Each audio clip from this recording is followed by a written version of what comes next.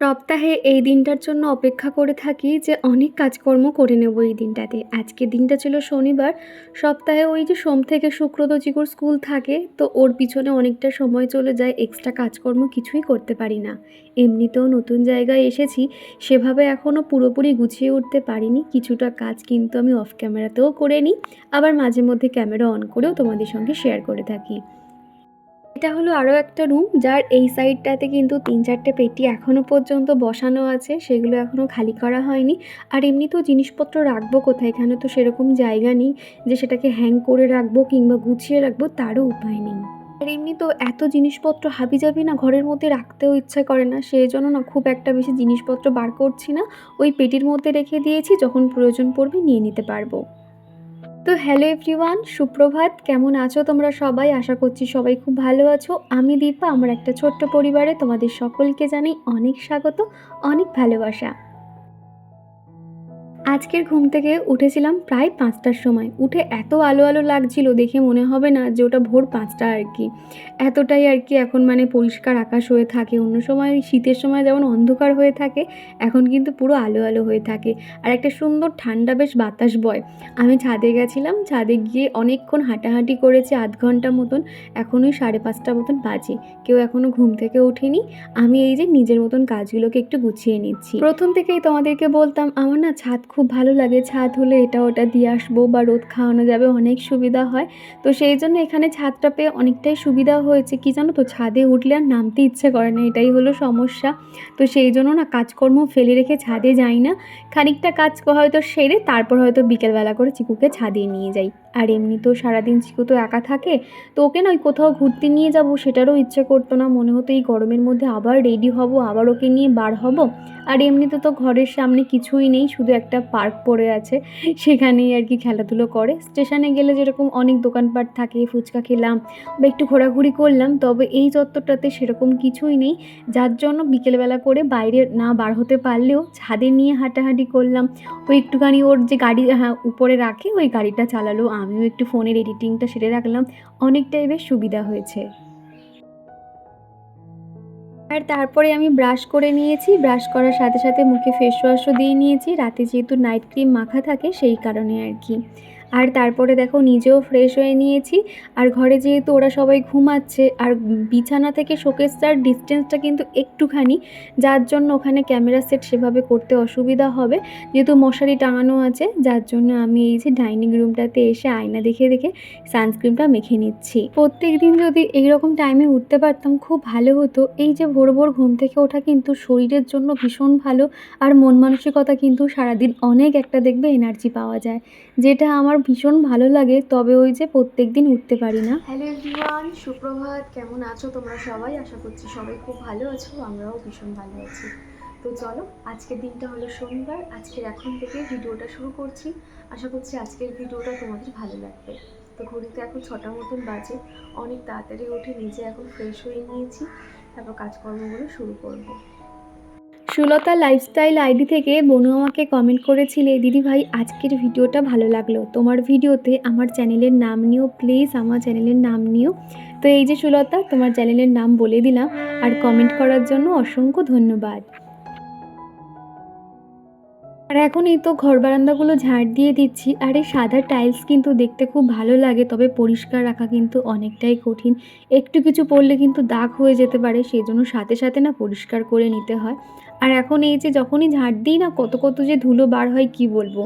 মেঝেতে যেরকম দেখবে ধুলো থাকলেও তোমার পায়ের সঙ্গে সেভাবে চিপকে যাবে না, কিন্তু টাইলসে দেখবে চারিদিকে ধুলো যদি বা একটু কোথাও হয়ে থাকে না, দেখবে তোমার পায়ের মধ্যে চিপকে যায়, যেটা আমার মনে হচ্ছে আর কি। যার জন্য দিনে 2 থেকে 3 বার ঝাড় দিই। আর এমনিতেও তো ঘরগুলো ছোট ছোট, খুব একটা অসুবিধা হয় না। আর বড় বড় বাড়িগুলো হলো তখন ওই ঝাড় দিতে একটুখানি মাঝে মধ্যে অলসতা কাজ করে, মনে হয় দূর ভালো লাগছে না, অন্য সময় ঝাড় দেবো, এরকম মনে হয়। তবে এখানেই ঝাড় দিতে বেশিক্ষণ সময় লাগে না, টুকটুক করে আর কি হয়ে যায়। এই যে সিঁড়িটা রয়েছে কিংবা সিঁড়িপথ, আমি সিঁড়িটাকে সপ্তাহে মোটামুটি 2 থেকে 3 বার করে ঝাঁট দিয়ে দিই। আর সিঁড়িপথ প্রত্যেকদিন ঝাঁট দেওয়া মোছা আমি সবসময় করে থাকি। যেহেতু এখান থেকে যাতায়াত করি তো, আর সিঁড়ির নিচে কিন্তু আমরা জুতো খুব একটা খুলি না, বাইরেই খুলে রাখি। এই কারণে যাতে একটু পরিষ্কারটা থাকে। তো এই সাইডটাতে এখনও অনেক পেটি ছিল। সেই পেটিগুলোতে ওই কয়েকটা জিনিস যেগুলো আর কি বিক্রি করে দিতে হবে কিংবা লাগে না, সেরকম কয়েকটা জিনিস আর কি রেখেছি। যদি কারোর প্রয়োজন পড়ে তো দিয়ে দেবো।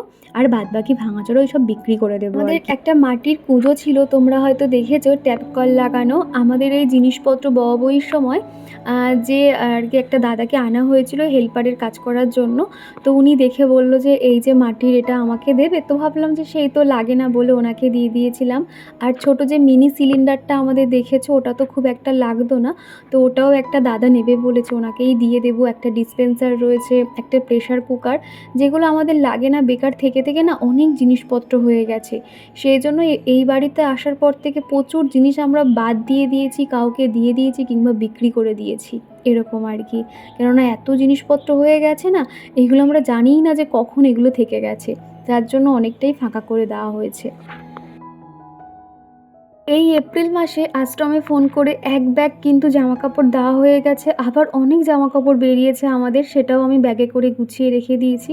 আশ্রমের লোকেদেরকে ফোন করেছি, ওরা হয়তো মানে ওই মঙ্গলবার দিনকে আসবে বলেছে, জামাকাপড়গুলো দিয়ে দেবো। অন্তত ওই জামাকাপড় ফেলে দেওয়ার থেকে যদি কোনো বাচ্চা অন্তত পরতে পারে, তাহলে দেখবে অনেকটাই ভালো লাগে। তা নাহলে চিকুর এত ভালো ভালো জামা সমস্তটাই ছোটো হয়ে গেছে, ফেলে দিতেও মায়া লাগে। প্রায় 3-4 জোড়া জুতো ছোটো হয়ে গেছে, ওগুলো না আমি ফেলি না কখনো, গুছিয়ে রেখে দিই, যার যখন লাগে দিয়ে দিই।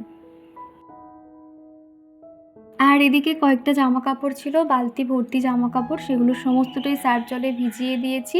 আর স্নানের সময় তাহলে কেচে নিতে পারবো।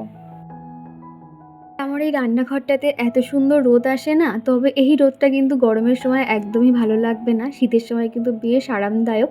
এখনও পর্যন্ত রোদ আসেনি, একটু পরে দেখবে আমি যখন চা করব একটা হালকা রোদ কিন্তু এখানে পড়তে থাকে। তো যাই হোক, প্রত্যেক দিন রাত্রিবেলা তো শুতে যাওয়ার আগে রান্নাঘরটা মুছে মুছে পরিষ্কার করে নিই, সকালেও কিন্তু একবার হালকা করে মুছে নিতে হয়। কখন কি বেয়ে গেছে না গেছে সেটা তো আর দেখিনি, সেই জন্য প্রত্যেকটা জায়গা মুছে নিয়েছি।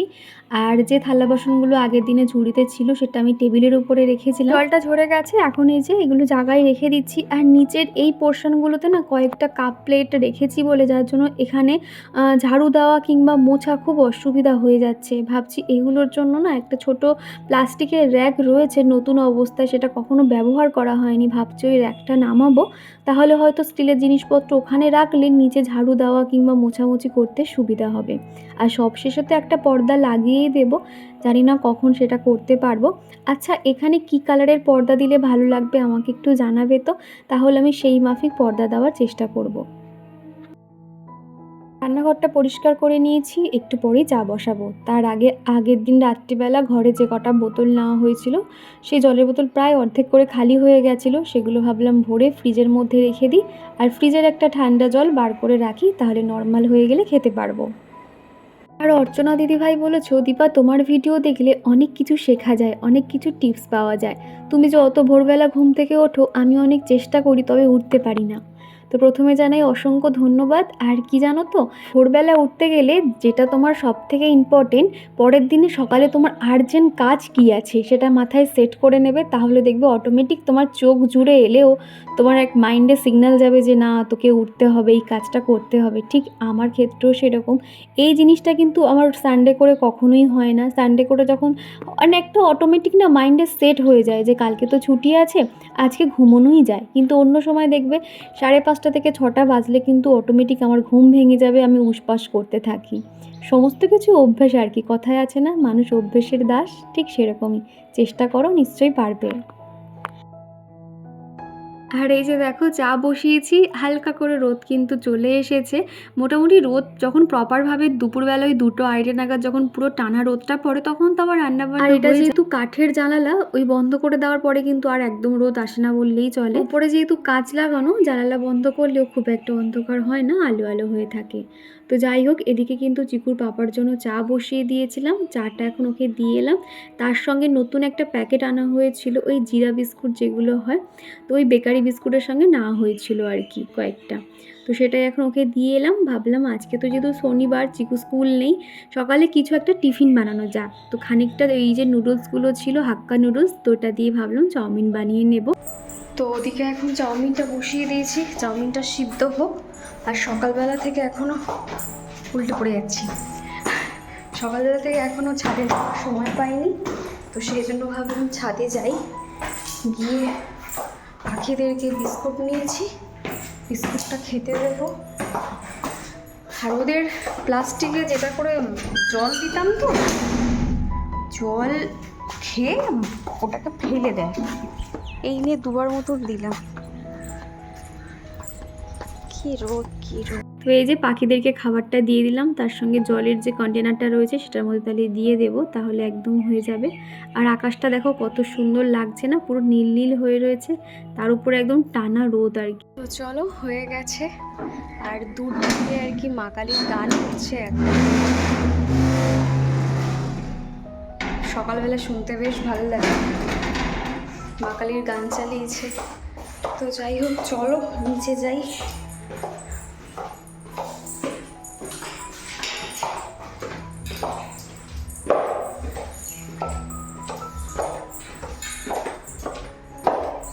রেলিংগুলোকে না মুছতে হবে, ধুলো ধুলো হয়ে গেছে। একা আর কত করবো বলো তো, কাজ করতে করতে না নিজের দিকে তাকানোর সময় পাই না। মানে যত কাজ করতে তুমি পারো, আসলে কি হয়, মানে টোটাল ঘরবাড়িটা ঝাড় দিলে আমার 1 ঘন্টা সময় লাগে। আমি যেটা দেখেছি, যেহেতু পুরো 2টো রুম, ডাইনিং রুম, তারপর তোমার সিঁড়িপথ, উঠোন ঝাড় দেওয়া, জল ছড়া দেওয়া, 1 ঘন্টা টাইম লেগে যায়, যার জন্য অনেকটা দেরি হয়ে যায়। মানে এরকম ঝাড়ফাট দেওয়ার চক্কর হলে আমাকে তাহলে ভোর 5:30টায় ঘুম থেকে উঠতে হবে, তাহলেই কিন্তু মানে এই দিকে সময়টা ম্যানেজ করতে পারো। তো যাই হোক, এদিকে কিন্তু চাউমিনটা বয়েল হয়ে গেছে। আর নাজিয়ে আমাকে কমেন্ট করে বলেছো, দীপা তুমি কোন কোন কাজল ব্যবহার করো? আমি এখন বর্তমানে হুডা বিউটির একটা কাজল ব্যবহার করছি। এছাড়া আমি ব্লু হেভেনের কাজল, কোলোজল, আইকনিক, এগুলোই কিন্তু অল্টারনেট করে ব্যবহার করে থাকি। এরকম কোনো কথা নেই যে শুধু ওই একটাই করি বা কিছু, মোটামুটি যখন যেটা দোকানে পাই স্টকে সেটাই আর কি নিয়ে নিই। বেশিরভাগ কিন্তু ব্লু হেভেনটাই হয়ে যায় বলতে পারো, তবে এখন করে হুডা বিউটিরটা ব্যবহার করছি। এদিকে হাক্কা নুডলসটা হালকা করে বয়েল করে নিয়েছি, বেশি বয়েল করলে কিন্তু ভালো হয় না, হালকা করেই করে নিতে হয়। আর তারপরে কিন্তু সবজি বলতে বাড়িতে সেরকম কিছু ছিল না, একটাই ক্যাপসিকাম ছিল আর একটা আলু ছিল। এদিকে ভাজাটা বসিয়ে চট করে আমি গেছিলাম ছাদে, তার মধ্যে আলুটা একটু বেশি ভাজা হয়ে গেছিলো। আলু আর ক্যাপসিকাম হালকা ভাজা ভাজা হয়ে এলে এর মধ্যে ব্ল্যাক পেপার, সয়া সস আর একটু ভিনিগার দিয়ে দিয়েছি, হালকা নাড়াচাড়া করব। তারপর আর কি এখানে টমেটো সসটা দিয়ে দিচ্ছি, আর এই টমেটো সসটা কিন্তু বেশ কিন্তু স্পাইসি রয়েছে, খেতে কিন্তু ভীষণ টেস্ট। তারপর এই যে বয়েল করা চাউগুলোকে দিয়ে দিচ্ছি। আগের দিনের আমি তোমাদেরকে বলেছিলাম, চিকুর যেহেতু ওর সিলেবাস দিয়ে দিয়েছে, সামনেই ওর এক্সাম, মাঝে মধ্যে ওকে একটু পড়াশোনার সময় চাপ দিতে হয়। তো সেটা শুনে পিউ দিদিভাই আমাকে লিখেছে, বাচ্চাদেরকে কখনোই চাপ দেবে না, তাতে ওদের মধ্যে একটা ভয় চলে আসবে। প্রথমেই বলি, বাচ্চাদের দেখবে চাপ দেওয়া উচিত নয়, তোমার সঙ্গেও আমি এটাতে একমত। তবে কি জানো তো, যখন ওর সিলেবাস দিয়ে দেয়, তুমি যদি তোমার বাচ্চাকে তখন সেভাবে প্রিপেয়ার না করতে পারো, তখন দেখবে অন্য বাচ্চাদের থেকে তোমার বাচ্চা কিন্তু পিছিয়ে পড়বে। যার জন্য চিকুকে কিন্তু সকাল বিকেল বই নিয়ে পড়াতে হয়। আর একটা জিনিস কি জানো তো, চিকু কিন্তু অনেক লেটে স্কুলে ভর্তি হওয়া বা বাড়িতে কিন্তু লেখাপড়া শিখেছে। এক বাচ্চারা যেরকম 2 বছর 2.5 বছর থেকে মানে শেখে প্রপারভাবে, তবে ছোটোবেলায় কিন্তু আমি নিজেই ওকে কখনো চাপ দিতাম না, এমনকি স্কুলে ভর্তি করানোর কোনো প্ল্যানিংই ছিল না। আমরা ওকে 4.5 বছরে কিন্তু স্কুলে ভর্তি করিয়েছি, মানে ওই 4 বছর 1-2 মাস এরকম, তারপরেই ভর্তি করিয়েছি। আর 2 মাসের মধ্যে কিন্তু প্রপারভাবে ওকে ABCD 1 to একেচন্দ্র লেখানো শুরু করেছি, তা না হলে কিন্তু খাতার মধ্যে এতদিন ওই হিজিবিজি মানে এই লেখালেখি করতো।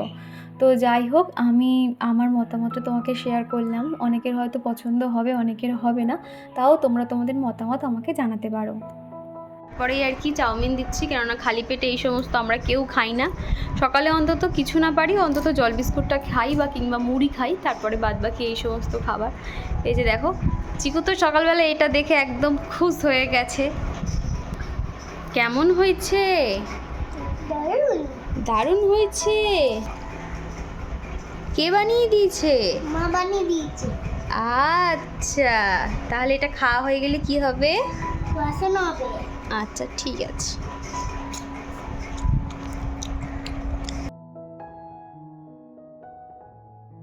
আমি যখনই সকালে একবার রান্না শুরু করি আমি কিন্তু না সহজে গ্যাস বন্ধ করি না, একটার পর একটা রান্না বসিয়ে দিই। তার কারণ কি জানো তো, একবার গ্যাস বন্ধ করলে না তখন দেখবে ওই অন্য একটা কাজে ব্যস্ত হয়ে পড়ি, তখন কিন্তু গ্যাসটা অফ করে দিই, তখন রান্না করতে অনেকটাই দেরি হয়ে যায়। সেই জন্য চাউমিনটা হয়ে যাওয়ার সাথে সাথেই কিন্তু ওদিকে ভাতের হাঁড়িটাও বসিয়ে দিয়েছিলাম, সাথে ওদিকে ভাতটা হচ্ছে, আর এখন আমি ইন্ডাকশানে চটপট কিন্তু চিকেনটাও বসিয়ে দিয়েছি। আজকে শুধু প্লেন ওই চিকেনের ঝোল করব, কেননা আজকে আর সেরকম সবজি টবজি সেরকম ছিল না, আর ইচ্ছেও করছিল না এই গরমের মধ্যে করতে।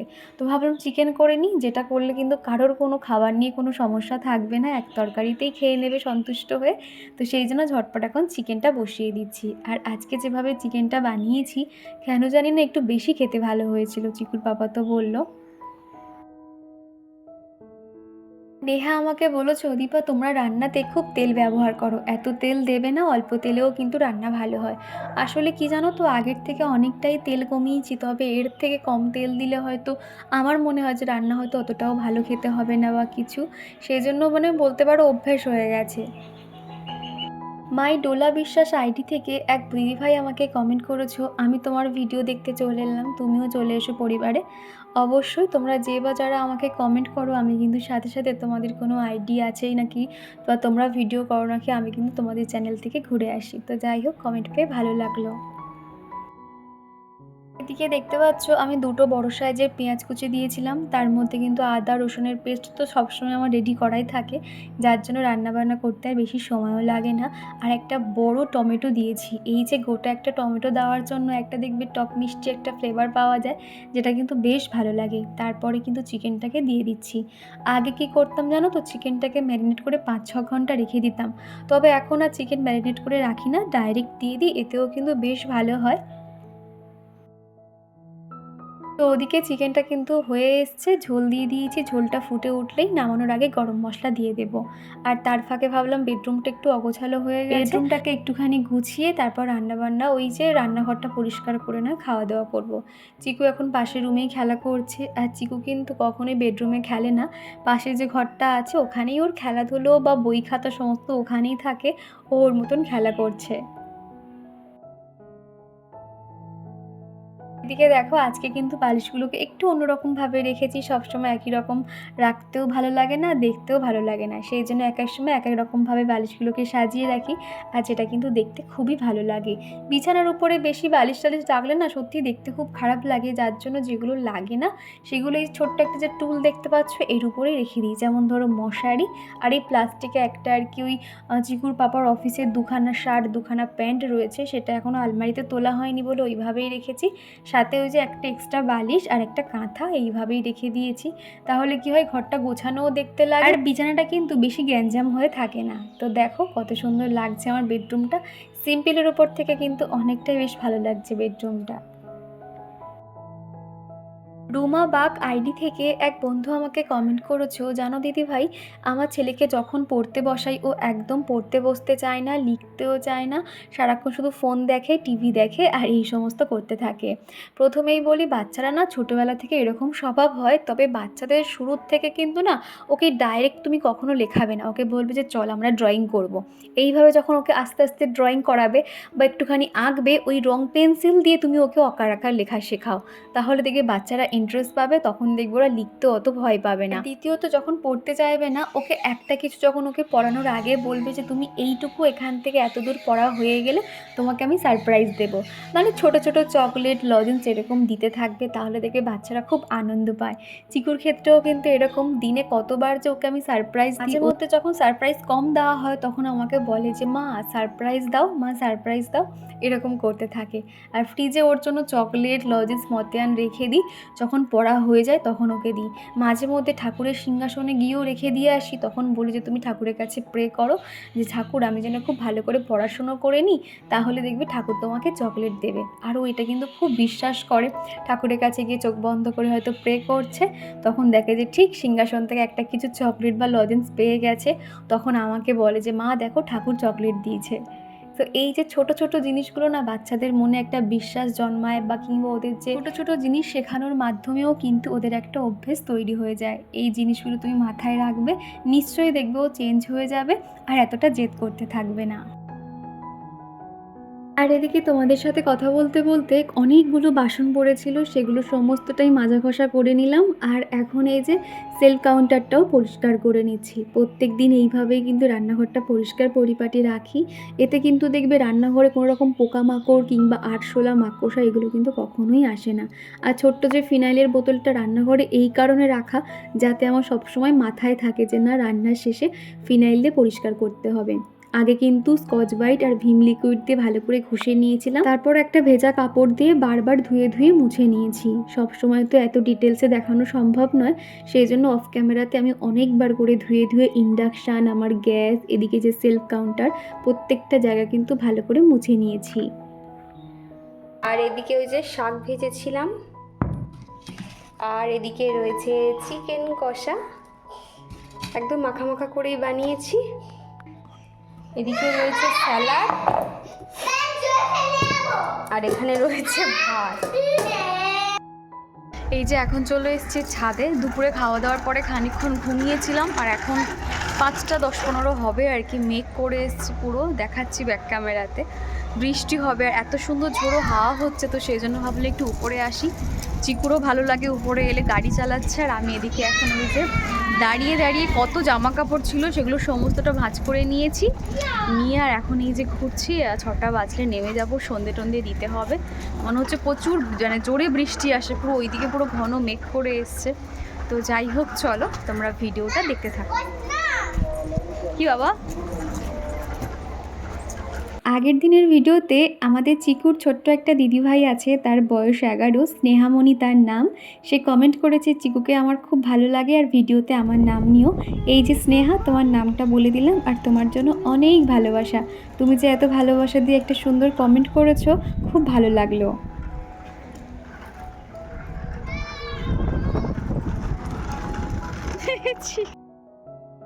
ওখানে করে দাঁড়িয়ে পড়ে ট্রেন দেখছে। আবার ট্রেন আসবে তো? আবার ট্রেন আসবে তো? হ্যাঁ, দাঁড়িয়ে দাঁড়িয়ে সাইকেল চালাবে? ওরে বাবা। আজকে চিকু টিফিন বানাচ্ছে, অল্প জল দেবে, ব্যাস। আর একটু দাও, হয়েছে। আজকে চিকু টিফিন বানাচ্ছে কি বলো তো? কোরিয়ান স্যুপ, তার সঙ্গে বানানো হবে ম্যাগি, তাই তো? কে বানাবে? কই মুখটা দেখি। চিকু বানাবে। চিকু বানাবে? আচ্ছা ঠিক আছে। এটা কিন্তু গরম আছে, হ্যাঁ, তুমি একটু ডিস্টেন্সে থাকো। তো এখন এই যে এটাকে কেটে দেব, দিলে চিকু আস্তে আস্তে করে ঢেলে দেবে। এই নাও, আস্তে আস্তে করে ঢেলে দেবে, হ্যাঁ। ঠিক আছে, ছাড়ো। তাহলে আস্তে করে দিয়ে দাও। আস্তে আস্তে করে দিয়ে দাও। দাও, হ্যাঁ, লেগে আছে। এই যে ভালো করে দিয়ে দিতে হবে, হ্যাঁ। আর চিকু কিন্তু এখন অনেক কাজে ভীষণ ইন্টারেস্ট পায়, তো সেই জন্য ওকেও একটু মাঝে মধ্যে এই কাজগুলো করতে দিই। তো সেই জন্য আগুনের কাছে না গিয়ে এই ভাবলাম মাল্টিপারপাস যে ইলেকট্রিক কেটেলটা, সেটার মধ্যেই চটপট বানিয়ে। আগারোর মাল্টিপারপাস ইলেকট্রিক কেটেল, তোমরা যদি কেউ এটা পারচেস করতে চাও, আমি দেখো ডেসক্রিপশন বক্সে লিঙ্ক শেয়ার করে রেখেছি, এমনকি ট্যাগ অপশানেও দিয়ে রেখেছি, তোমরা চাইলে পারচেস করতে পারো। হয়ে গেছে আমাদের স্যুপ নুডলস, তাই তো ভাবি?